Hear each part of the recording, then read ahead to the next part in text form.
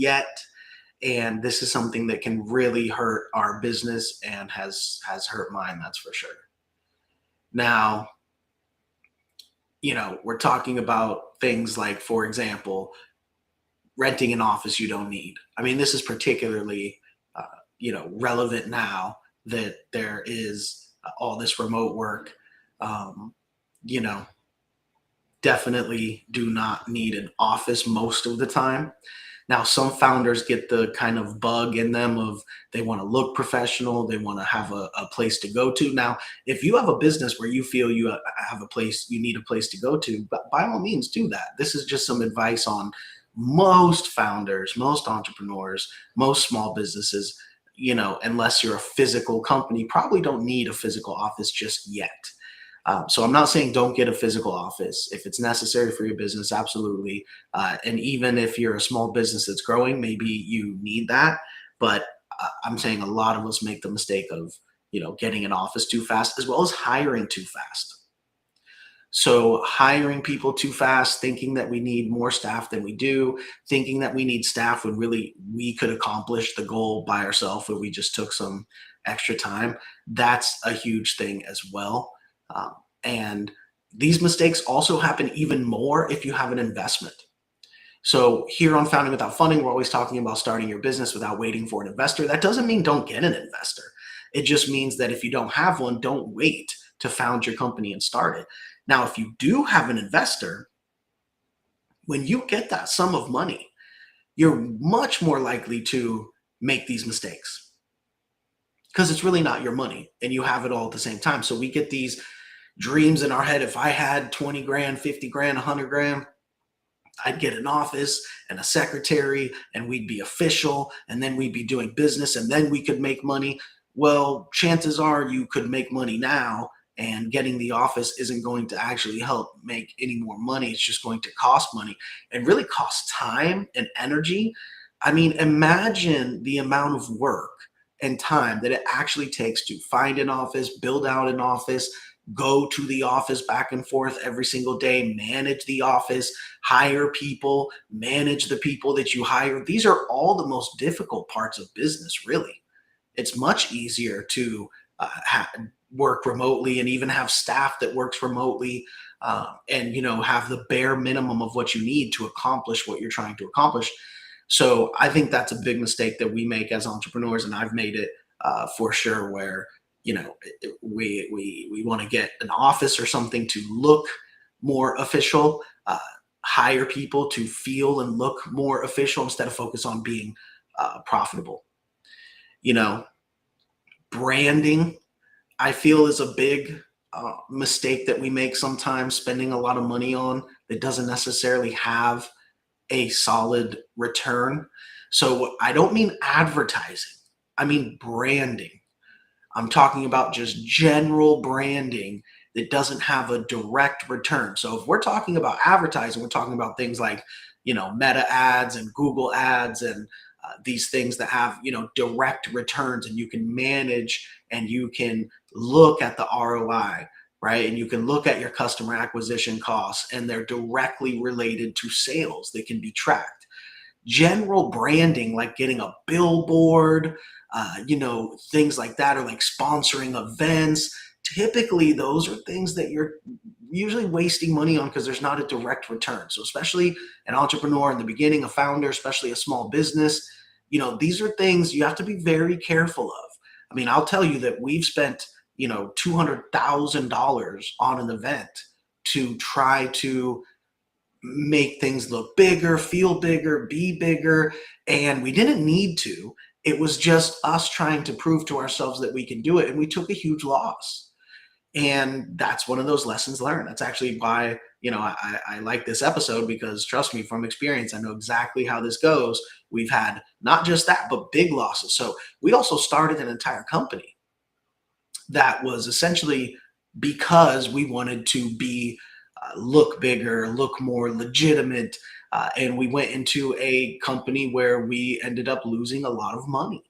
And so not only have we had, events and things where we did this, but we actually created an entire company, bought a piece of real estate to execute it in, all of this kind of stuff, and just kept getting further and further in the hole with that venture because we really shouldn't have done it in the first place. And I think that just kind of all works itself out, right? We shouldn't have been doing that business in the first place. We went into that business with kind of the wrong intentions because we were doing it to prove something more so than looking at it as a solid business plan. And so, even an entire company of ours, it obviously didn't do well. And that's really, in my opinion, because we started it for the wrong reasons. We were emotional about the decision, and it was something that we were trying to prove something to other people, and maybe trying to prove something to ourselves too, that we could get into that other business, but mainly kind of trying to prove to other people that we were doing things on another level. And it really came back to bite us. And it's one of the big lessons I've learned of, instead of trying to prove yourself to people, just be profitable, just make money. That's all the proof that you need. Really, it really is, you know. And to do this, sometimes we have to set our pride aside, right? Sometimes we have to set our ego aside, really more so ego. And especially if we're a new founder that's starting to see success, we start to want to, you know, build on that success. And if we've been working forever, sometimes we want to flaunt it a little bit, that, hey, it's finally working. All the naysayers, let them see. All the people who supported us in a positive way, let them see, hey, thank you for supporting me. It's doing well. And sometimes we get a little carried away with that. Sometimes we want to go a little bit further than we should, and maybe spend money and time and resources that we don't have on trying to get that, image out there. So I would definitely be careful of that. It's a mistake that we make sometimes as entrepreneurs. So again, I think one of the biggest wastes is office space too early, is hiring staff too early, right? Salaries, and they can just weigh you down. A huge one, I think, is advertising agencies. I think an easy mistake to make as an entrepreneur is hiring an ad agency expecting great results when all of the information you need to run your own ads is out there, right? You can do it yourself. Now, if taking that time is going to lose you money by taking away from other things, then that might be a different story. But a lot of people have the time to read a book, watch a couple videos, whatever it is, experiment with some ads a little bit in order to do ads themselves. And even if it's not as effective, you can dial it in. But what's definitely not effective is paying an ad agency a bunch of money to do it, right? You might be getting amazing results, but after paying the ad agency, you might as well have got a little bit less results and done it yourself, right? And you'd still probably come out ahead, and you'd be learning how to do it yourself in the future and dialing it in and getting better, just like that ad agency does. I talk a lot about when it comes to ads, really experience is spending money, right? So ad agencies, they spend a ton of other people's money. And that's how they've learned, because the only way to learn how to do ads better is to, of course, research it, but then spend money. And because it doesn't happen unless you're spending money. So you can't practice unless you're spending money. So if you're spending the money yourself and you're willing to learn, then I would just recommend doing it yourself until you're so busy with everything else that you can't possibly pay attention to your ads, and you want a professional organization to handle it, and they can guarantee you better results, right? Because then you can say, hey, these are the results that I'm getting, so I need you to get 40% better results, because you're going to charge me 20%. So it only makes sense if I'm getting even better results after you're paid. So just keep that in mind. If you're a small business and you're not profitable yet and you're still on the come up, I would just research how to do ads yourself as opposed to paying an ad agency. And I have a company that can manage your Facebook ads, right? Yourdigitalbusinesspartner.com. That's part of what we do. So I'm kind of saying the opposite, right? Because you can bring us in to do that for you, but I really wouldn't recommend it unless you're in the right place, right? So I also think, like, fancy websites or things like that can also be an issue. Now, of course, you must have a website, and you do want it to make sure it has lead capture forms on it and things are automated. But I think some people go too far in building these things out, thinking that they're going to do something revolutionary. And then the fact is, nobody's going to your site. First, you need a lot of traffic. First, you need a lot of action for people to even use it, to even test it. And if you just put too much into it at first, you can end up spending a lot of money, especially if you don't do it yourself. If you're having programmers do this, you can end up spending a lot of money on these type of things that aren't going to matter much when it comes to your bottom line and actually increase sales. You know, once you kind of let go of those things that are going to, kind of distract you from your goals because they, really shouldn't have been done, but you're doing them to just try to look cool or try to prove something to yourself or to others. Like I was saying with my example, once you get past that, that will allow you to actually scale once the success comes. So instead of saying, I'm going to do XYZ now that we have money, I'm going to get an office and hire people and, or whatever the situation is, or I'm going to do a big branding thing. I'm going to get a billboard and show people that my business is successful. What we really need to think about is now that money's coming in and things are working, how do we scale? So once you get out of that mindset of wasting your time and money on those things that aren't going to come back, to the bottom line, then that opens it up for you to put in the time and energy to actually scale. Once you're getting consistent revenue, once you have a little bit more predictable sales, once you have streamlined the process of delivering that product or service, once you have your customer cost, your cost of customer acquisition, now you can systemize it, try to lower the cost so you can increase the margin as much as possible and say, hey, if we use this supplier, we get this for cheaper. If we, can cut this cost down, then we'll be able to sell more. And so you get that profit margin as high as you can. You get that nice predictable income. You get that cost of customer acquisition down to where you can confidently say, okay, if we spend $1,000 a day instead of $100 a day on ads, it's just going to 10x. And now we're ready to scale. But doing what we talked about earlier, trying to prove something to people, trying to do those extra things that don't really matter that much, that can distract you from what really needs to happen, which is dialing in what is starting to work and then scaling it. Okay, let's go ahead and open it up to questions then. I definitely appreciate everybody that sent in questions. Remember, you can send questions to my DMs at Kyle Hiersche or at Founding Without Funding. And you can also ask any questions live in the chat. We do stream this live on all the different platforms, so feel free to ask any questions that you have. Remember, if you need help starting or growing your business, go to foundingwithoutfunding.com and you can get the book, and that will help you do that. So foundingwithoutfunding.com, get the book if you need help starting or growing your business. All right, question here. First question is from Ariella. I'm sorry if I pronounced that wrong. So Kyle, what's something you spent money on early in business that you totally didn't need? Early on in business, not much, because we were very focused on reinvesting all of our profits.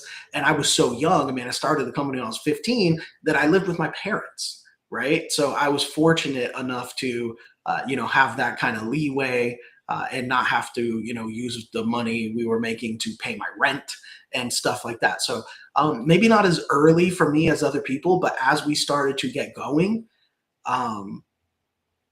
definitely a lot of expenses, a lot of things, that we spent money on. And then again, as we got successful, we're talking about things where we spent $200,000, really more like, I guess 160, I don't know, but over $100,000, well over $100,000 that we wasted on just one event. And there's also all kinds of things, like I said, hundreds of thousands of dollars wasted on another venture where we really just did it to try to prove something to other people, to try to quote unquote be in like a more legitimate brick and mortar business, right? And these were done for all the wrong reasons. So my mistakes were a little bit later, because right in the beginning, we were so focused on reinvesting. We knew that was what we were going to do. That was the plan. And again, I was fortunate enough to start this so early that I still lived with my parents for a few years, right? So I had those years of leeway where I didn't have a bunch of personal expenses to where I could just pour the profits back into the business. But later, once we became more successful, then we learned those lessons later, and we learned them with hundreds of thousands of dollars instead of hundreds or thousands of dollars, like you can, or a lot of people can when they're starting out their business. So I definitely recommend, taking this podcast here into account, trying to learn the lessons from me and learn from my mistakes. But you're going to have to get out there and make some of your own mistakes too. I'm sure you're going to make some of them, and hopefully they're ones where you're only losing hundreds of dollars or a couple $1,000 instead of the larger mistakes that we made. As we got bigger, the mistakes got bigger. And looking back now, I really wish I could take those back, but that's how the game goes. Okay, question here from Darren. How do you know if you're investing in growth or just trying to impress people? Well, I think you just need to remember if what you're doing actually comes back right away. I know there's some things that may come back later. Maybe you're doing some branding. Yes, maybe somebody remembers your billboard later, and maybe that makes you one extra sale. But whatever you're doing, it should be a direct return. Getting an office is not a direct return, but investing more in ads is a direct return. Maybe investing in a consultant that you needed to get you into the door at XYZ, or lower your costs somewhere.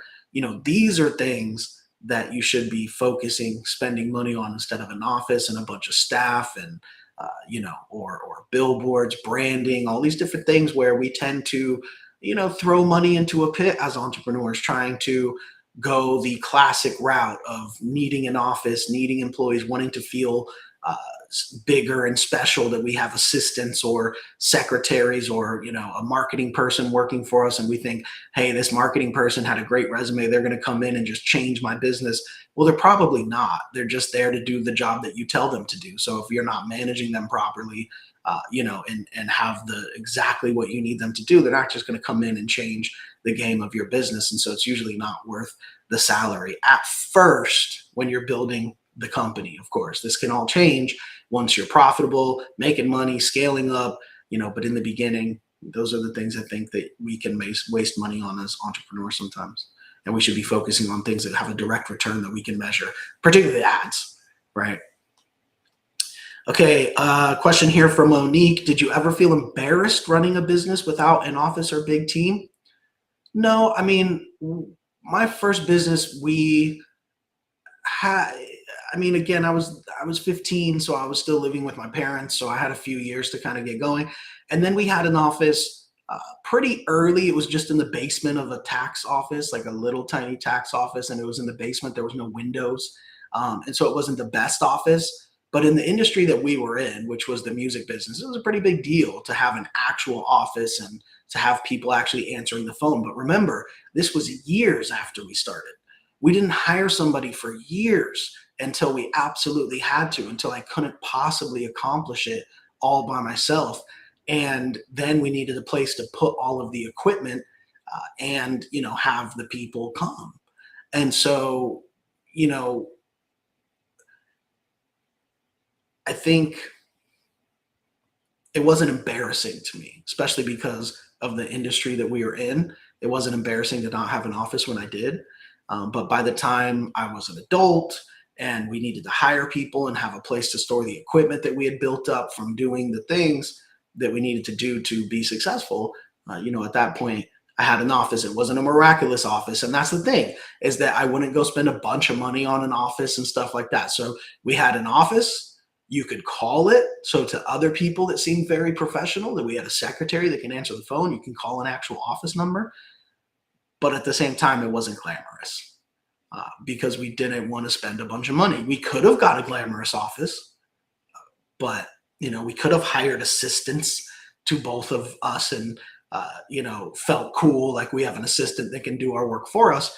But we just reinvested those profits. Question here from Trent. At what revenue point do you think someone should hire their first full-time employee? Personally, I think you should only hire your first full-time employee when you're absolutely maxed out yourself and you have revenue coming in. I wouldn't hire someone hoping that hiring them is going to allow you to bring in more revenue so that you can pay them. That's a slippery slope to be on. Remember, when you hire someone, you're taking responsibility for them, not just as the company, but personally. Because if the company doesn't have the money, it's not an option to not pay them. There are tons of labor laws around this. You must pay your employees on time no matter what. So it's not a risk just for the company, it's a risk for you. If the company doesn't have a huge backup to be able to pay them, and if you don't have a personal backup to be able to pay them if the company can't, then you're probably not in the position to hire someone. That's just the way it is. So I think that's something that a lot of us as entrepreneurs kind of forget, and we try to hire people just thinking it's not that big of a deal. It very much is. You cannot hire somebody and not know how you're going to pay them or not have backup funds to pay them when things go wrong. You're taking on a huge responsibility. This is how people put food on the table and feed their family. There are tons of laws around this that require you to do certain things. If you don't pay people on time and they have a wage dispute, in some states like Florida, they can get 3 times what you owed them. And it's a pretty open and shut case if you didn't pay them what they're owed and didn't pay them on time. So you have to be very careful about hiring people. And my biggest thing would be you need to be making money, and you need to be absolutely maxed out to where you can't even get sleep as the founder and entrepreneur. And then you're saying, hey, we're making enough money to where I could hire somebody and I could pay them for a couple of months, even if we're not making more money. I have a few months to pay them in the company. Maybe I have a few months of their pay worth in my personal account too, at least. So if everything goes wrong, we could still pay them. These are the type of things you need to think about before you hire somebody. It's taking on a huge responsibility. I think we underestimate that sometimes as business owners and think, well, whatever, if things go bad, we can just fire them or let them go or tell them not to cash their check until the next week. No, you need to be responsible and make sure that if you're hiring someone, you can absolutely afford it. It's not a game. This is how people feed their family. If, full-time job, you're very much responsible for that. And we should act accordingly before we hire someone. Okay, question here from Layla. Do clients really care about how big your company is, or is that just in our heads? In my opinion, I think that sometimes clients care how big your company is, I guess, but for the most part, nowadays they don't really know, right? Because if you're approaching it right, if you have a professional website, if you're running, professional ads, if you're acting professional when they call into the office and you're delivering a professional product or service, most of the time they don't really know how big your company is, right? Especially if you're like effective at getting like reviews on, Google or whatever platforms you can get reviews on, Yelp or whatever it is, then they might think you're even bigger than you are, because you might not do that much business. But if you make sure that all the business you do gives you a review, if you're adamant about that, you'll have more reviews than even large companies. So I think it's important as an entrepreneur to present ourselves in a way that they couldn't tell if we were gigantic or if we were small. And then you can kind of play with that, and you can kind of have your salespeople play with that. You can let them assume we're a large company if they feel safe that way. If they feel a lot safer working with people personally, if your salespeople, or customer service people are getting that vibe from them, you can then assure them, hey, we're a small company. We only have 5 staff members and they're here dedicated to you. Whatever the situation is, let's look like we could be gigantic, and then we can decide from there how we play it with our salespeople or customer service and all that. But we should look like they can't tell whether we're small or big unless we want them to know that. Okay, question here from Cameron Wu. Have you ever seen a company collapse because they scale too fast? Yeah, absolutely. Tons of companies collapse because they scale too fast. I think I've probably had one, but yeah, definitely. So, I think the key to scaling is making sure you're profitable first and making sure you get the cost down. I think that's the step that most people miss. They go, okay, I'm making some sales. Now I want to scale it up. Well, let's look. How much is the customer acquisition cost? Can we get that down? How much is the cost of, how much is the cost of goods sold? Can we get that down? Can we find another vendor to get this for cheaper so that our margins are high? You've got to maximize your margins absolutely as much as possible and then scale, especially because let's say you're making some money because some people are in your network, you're making sales other way than in ads, right? But some of your ads are working. You're saying, hey, when we advertise, we have a decent cost of customer acquisition. We're a profitable business, but you might be profitable because you're making other sales without needing the ads, right? From your network or from your salespeople or whatever it may be. And when you say, okay, let's pour fuel on the fire for the ads, you might not have that margin in there for the ads for when you're scaling up. Also, remember, there's typically diminishing return when you're running ads.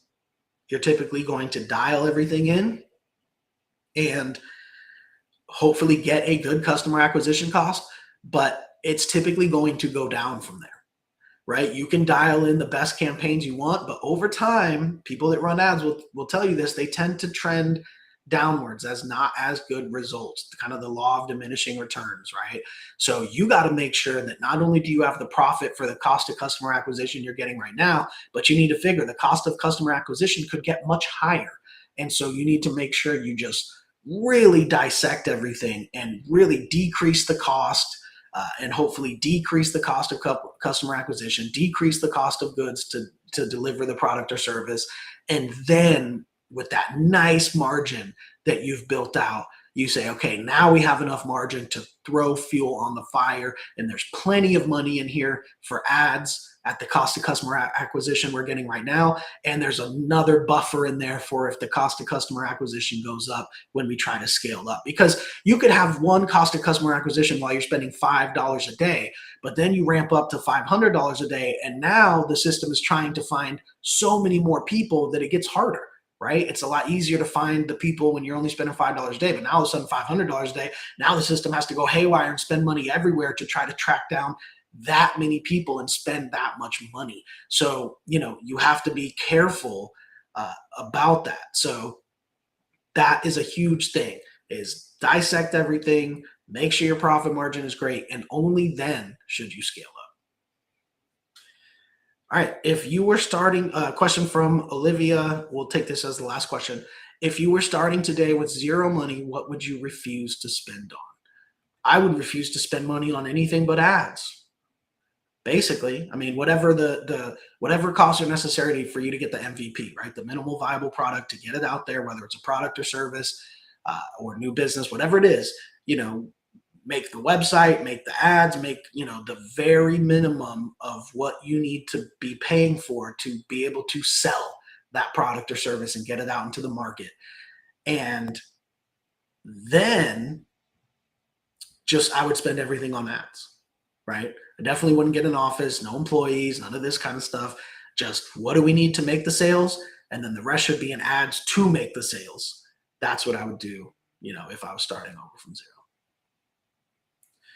All right. Well, thank you everyone for the questions. Remember, if you need help starting or growing your business, you can go to foundingwithoutfunding.com. If you would like us to start and grow your business for you so you can be more hands-off, we can do that. Our team at yourdigitalbusinesspartner.com can actually do that for you and manage your ads. So yourdigitalbusinesspartner.com if you want to be more hands-off and have us do it for you, or if you want to be more hands-on, go to foundingwithoutfunding.com and get the book, and it can teach you what you need to do it yourself. So with that being said, thank you everybody for tuning in, and we will see you on the next episode of the Founding Without Funding podcast. Have a great